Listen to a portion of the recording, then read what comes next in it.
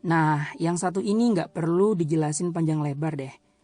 Intinya, kalau kita sedang menegur orang dan dia nggak banyak alasan, ini artinya dia memang tahu betul caranya mengambil sikap.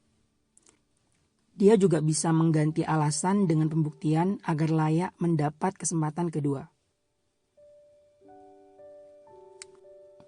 Dari sikapnya, kita bisa tahu kok mana orang yang benar-benar niat berubah dan mana yang cuma asal janji aja.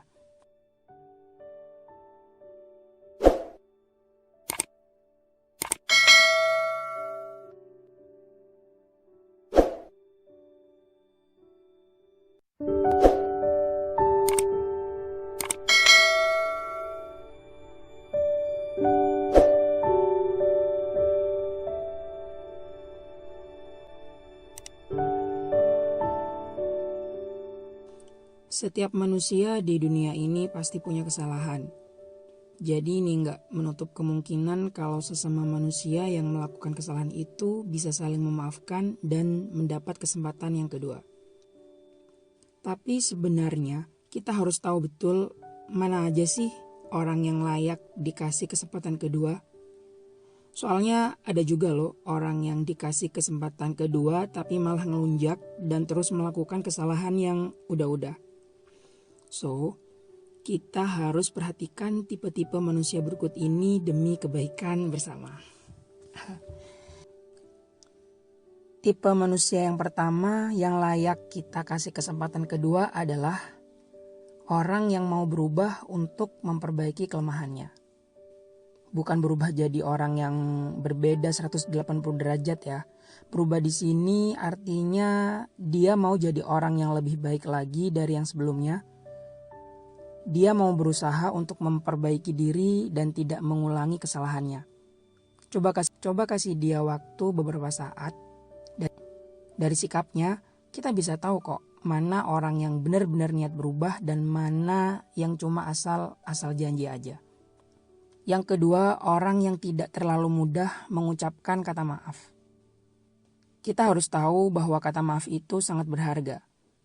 Setiap kali kita dimaafkan pun, maka itu artinya orang lain memberikan respect dan mau memahami posisi kita di saat terjerumus ke dalam suatu lubang kesalahan. So, ada baiknya orang yang akan diberikan kesempatan kedua itu tahu kapan waktunya harus meminta maaf dan benar-benar tidak mengulangi kesalahan yang sama. Tipe yang ketiga, orang yang tahu di mana letak kesalahannya. Orang ini sadar dan tahu persis kesalahannya, bahkan dia mengakui kesalahannya sebelum ditegur. Pokoknya orang itu tuh tahu diri banget dan akan sangat peka dengan sikap perbuatan dan konsekuensinya. Tipe orang yang keempat, orang yang menghargai waktu dan lingkungannya. Kita mungkin bisa memperhatikan sikap orang di sekitar kita. Semakin lama kita berinteraksi dengan si A misalnya, maka kita akan tahu gimana si A ini dalam berkomunikasi dengan sekitarnya. Si A juga akan bisa menjaga sikapnya dalam berbagai situasi. Si A tahu kapan waktunya untuk santai dan waktunya kapan serius. Tipe orang yang kelima, orang yang gak suka cari-cari alasan. Nah, yang satu ini gak perlu dijelasin panjang lebar deh. Intinya, kalau kita sedang menegur orang dan dia nggak banyak alasan, ini artinya dia memang tahu betul caranya mengambil sikap. Dia juga bisa mengganti alasan dengan pembuktian agar layak mendapat kesempatan kedua.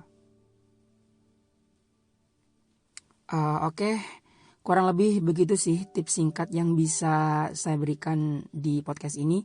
Semoga bermanfaat. Terima kasih sudah menonton video dan mendengarkan podcast ini. Semoga bermanfaat.